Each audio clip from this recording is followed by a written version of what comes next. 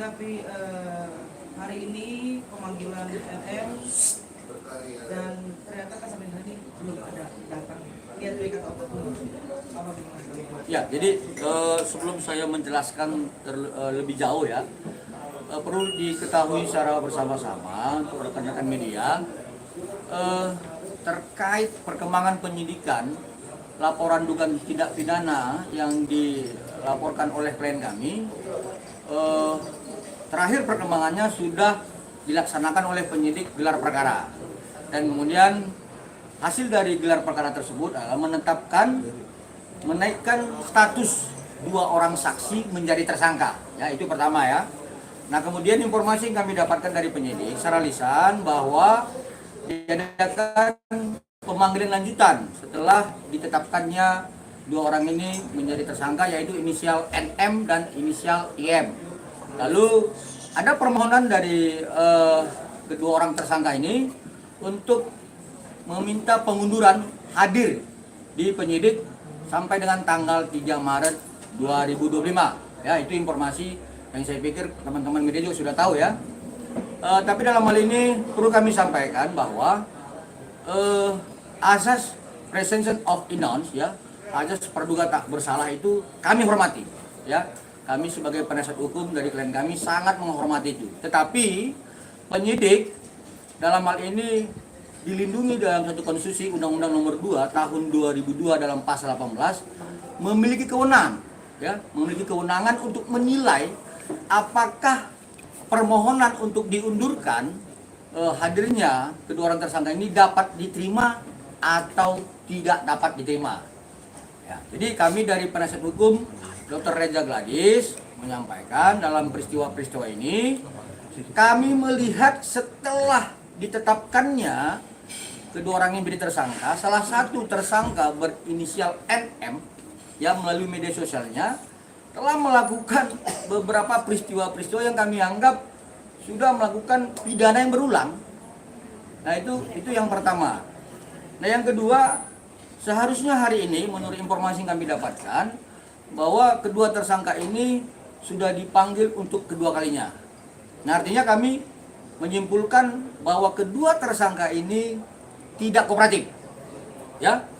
Kemudian yang harus teman-teman media pahami, dari beberapa terlapor, salah satu barang bukti, ya saya buka ini ya, salah satu barang bukti yang dimiliki, yang sudah disita oleh penyidik dengan inisial Dr. O, ya, barang bukti handphone milik Dr. O itu besoknya, ya, setelah Dr. O ini dipanggil, besoknya dia melakukan permohonan pinjam pakai dan dia diizinkan, ya, oleh atasan penyidik.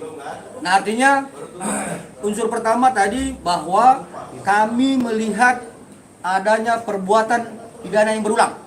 Kedua, kami melihat tidak kooperatifnya, ya, dari kedua tersangka sampai dengan pemanggilan hari ini.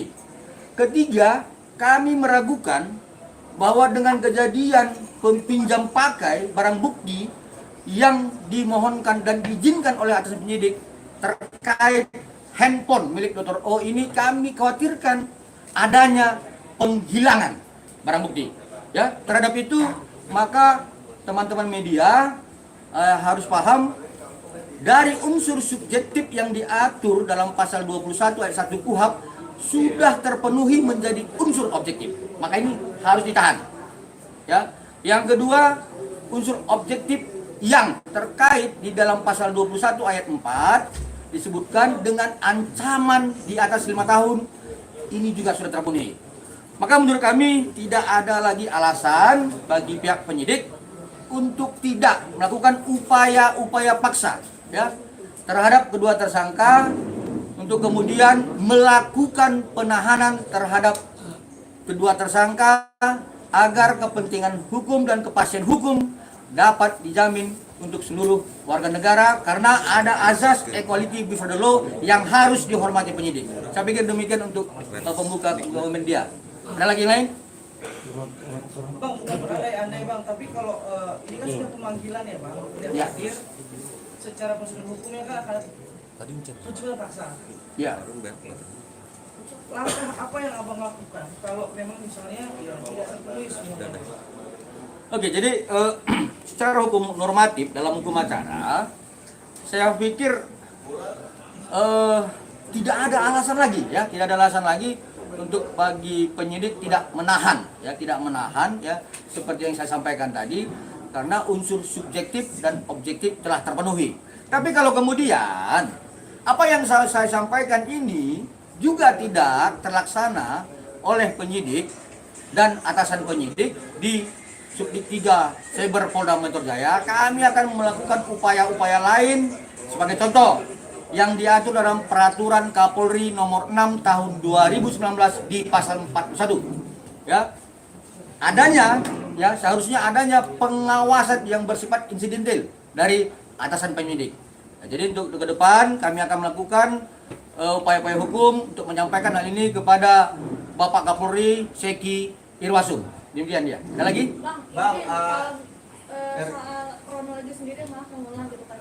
Binti sempat ngomong bahwa kenapa adanya ini semua karena dia bilang mengantongi produk berbahayanya dokter Redagologis berupa jarum suntik kan, yang katanya tidak boleh diperdagang bebaskan. Di e-commerce gimana bang? Apa kita dari dokter sendiri? Baik, jadi sebenarnya ini kan sudah masuk dalam materi pokok perkara ya, tapi sedikit saya sampaikan. Sebenarnya kalau misalnya ada yang mengatakan bahwa klien kami ini melakukan penjualan terkait produk ilegal, pertama laporkan, itu ya, laporkan. Jadi jangan berbicara masalah dia review, kemudian melakukan pengancaman-pengancaman. Ini kan niat dari awal sudah jelas, terstruktur. Ya, dia katakan ada produk yang ilegal, kemudian dia tidak laporkan, tetapi dia lakukan review. Nah ini kan terstruktur nih, ada niatnya dari awal nih. Ya. Yang kedua, saya sampaikan dengan tegas bahwa klien kami tidak pernah ya menjual produk seperti yang disampaikan oleh tersangka dan kawan-kawannya. Ya, tapi kalaupun memang dia sudah menjual produk itu, ingat ya, yang perlu saya sampaikan, saya senggol sedikit ya materi pokok perkaranya.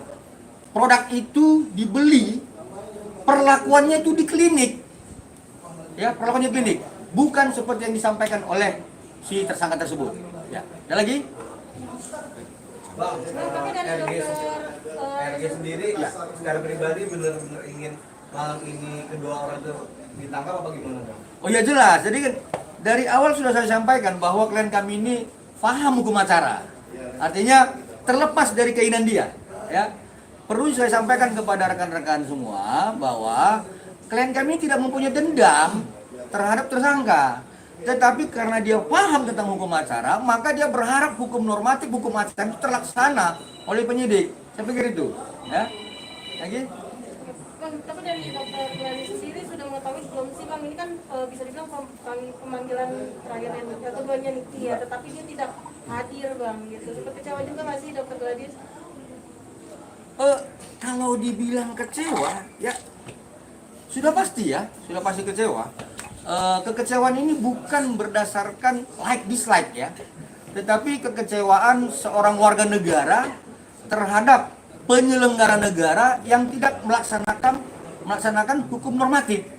Ya, jadi klien kami ini kan saya harus sampaikan berulang kepada rekan media bahwa beliau ini paham hukum acara. Jadi kekecewaan dia terhadap penyelenggara negara yang tidak melaksanakan hukum acara. Ini kan pengangkangan terhadap konstitusi. Saya pikir itu ya, secara pribadi dia tidak dendam. Lagi? Jadi soal produk itu memang bukan dijual di e-commerce, tapi kalau mau melakukannya tidak kan harus di klinik seperti itu. Ya, kuncinya begini ya. Ini senggol-senggol sedikit ya. Pada intinya si pembeli membeli di e-commerce, kemudian diberikan voucher. Ya, cukup itu ya. Diberikan voucher, kemudian voucher dibawa ke klinik, lalu perlakuannya ada di klinik. Ya, jangan diperpanjang. Nanti saya masuk dalam materi pokok perkara ini. Nanti penyidik ini agak marah sama saya ini. Oke, yang lain? Bang, kalau dokter Redagologis sendiri menuntut untuk NM ditahan dan sisanya lagi atau uang yang 4M itu dikembalikan bang atau seperti apa? Oke, jadi kembali lagi kepada klien kami paham hukum acara ya.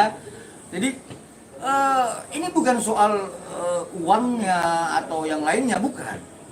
Tetapi ada unsur pemaksaan, kemudian adanya unsur yang terstruktur terhadap perbuatan melawan hukum dengan narasi overclaim dan pemohon publik. Ini yang sebenarnya klien kami ingin ini tidak terjadi lagi ke depan. Ya, bukan soal yang disampaikan oleh ya masyarakat di media sosial, bukan seperti itu. Ya, saya pikir perlu saya pertegas kembali bahwa klien kami ini tetap berharap agar huru hara ini dapat segera berhenti dengan melaporkan para tersangka itu kepada pihak penyidik di Polda Metro Jaya. Saya pikir itu. Oke bang. Berarti RG sendiri nggak mengharapkan uangnya kembali bang ya? Kalau saya pribadi ya saya perlu dong kan. Tetapi kalau klien kami ini kan tetap mengacu kepada hukum acara.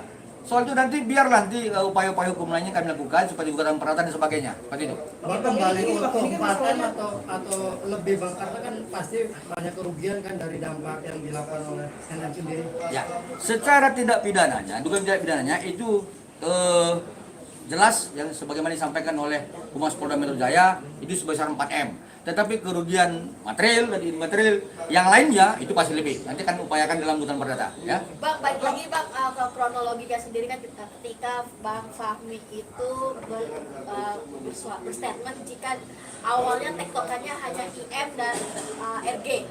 Nah, tidak mengenal sosok RG NM sendiri. Gimana nih bang?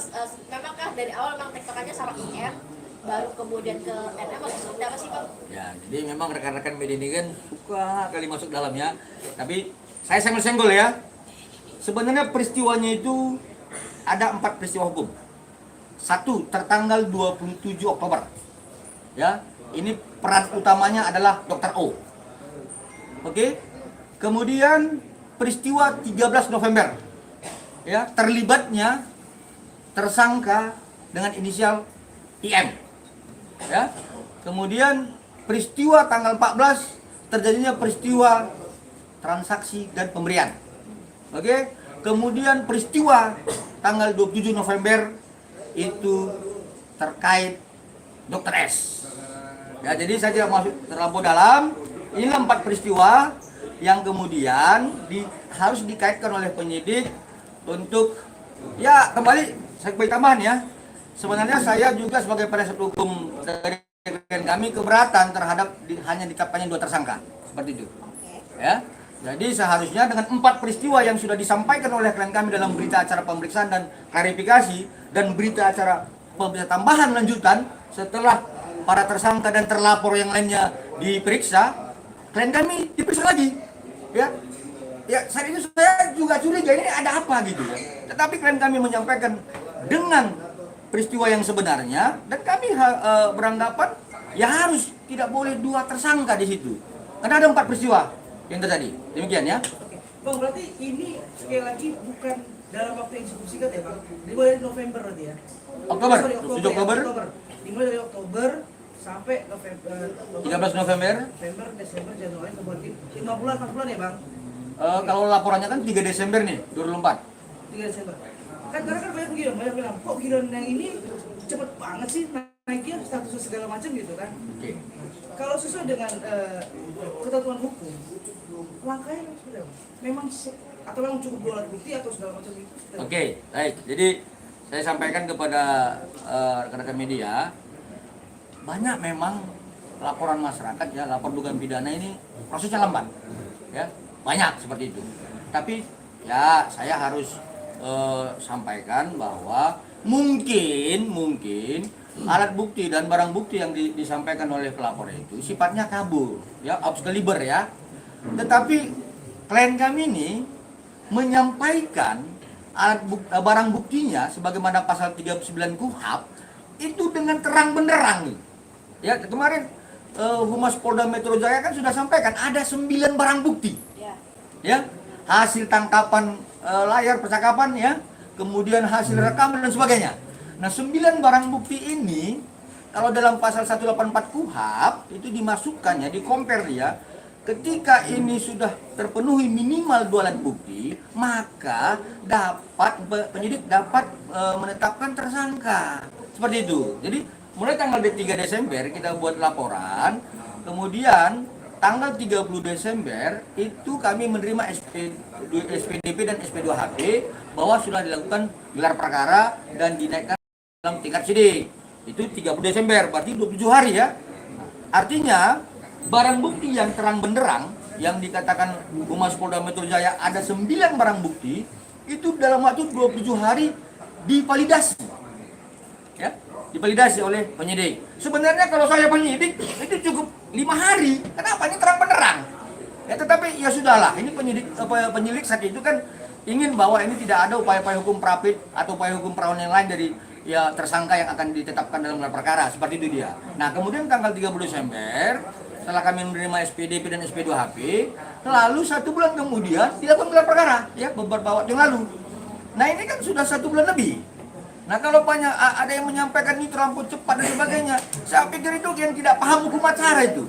Ya, yang pasti adalah alat bukti, barang bukti yang kami sampaikan itu terang benderang kemudian divalidasi dalam proses lidik menjadi alat bukti yang sangat terang benderang. Demikian. Sedangkan kalau dari saya, Diki tetap kekeh bahwa itu tidak terjadi pemerasan karena namanya negosiasi endorsement. Jadi begini, contoh ya, saya selama ini kan saya gaptek terhadap medsos ya, tapi saya upayakan menceritakan dalam sebuah konten TikTok saya. Contoh begini, ada maling di rumah tetangga kalian. Kemudian kalian melihat, pertanyaannya, apakah kalian videokan maling itu? Lalu kemudian kalian katakan di medsos, ya, hei kamu maling, hati-hati ya, nanti gue laporin gitu. Enggak kan? Tapi seharusnya kan kalau maling itu kalian lihat, lalu teriaki maling dan lapor ke polisi. Artinya kalau peristiwanya adalah di sini, si tersangka ini kan mereview dulu produk klien kami. Kan begitu kan? Betul. Mereview dulu, kemudian melakukan pengancaman-pengancaman dengan narasi-narasi yang disampaikan oleh Humas Polda dengan tangkapan layar yang menjadi barang bukti yang kami sampaikan. Nah, kalau memang benar klien kami itu bersalah dan dia tidak punya niat secara terstruktur dari awal melakukan pengancaman, laporkan saja gitu. Ini kan dia bilang dia beli, kemudian dia review, bukan dilaporin. Nah, artinya niat dia, mens rea dia sudah ada terstruktur dari awal. Ya, seperti itu ya. Bang, tolong dibedakan Bang, karena kan sekali lagi ini berada yang nyuap itu harus ikut terlibat. Ini bedakan Bang, tolong penyuapan dengan Dia bukannya nyuap, mohon maaf. Makanya di Iya, mohon maaf, bukan penyuapan, tapi pemerasan ya. Niat pemerasan itu sudah ada dari awal. Terstruktur ya. Ya, dengan review-review seperti itu. Ini bukan penyuapan tapi pemerasan. Ya, seperti itu. Oke, lagi deh. Oke. Nanti dia akan melakukan upaya hukum ya Bang, kalau memang tidak terpenuhi semua apa yang sudah terjadi hari ini akan melakukan Iya, kita akan lakukan upaya hukum sebagaimana yang diatur dalam Peraturan Kapolri Nomor 6 Tahun 2019 Pasal 41 iya.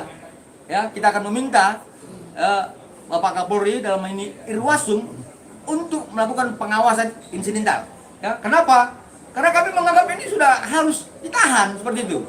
Ya, jadi saya ingatkan ya kepada sahabat-sahabat kami penyidik dan atasan penyidik di Cyber Polda Metro Jaya untuk kita sama-sama menghormati rule of the law ya, aturan main kita dalam hukum acara. Saya pikir demikian.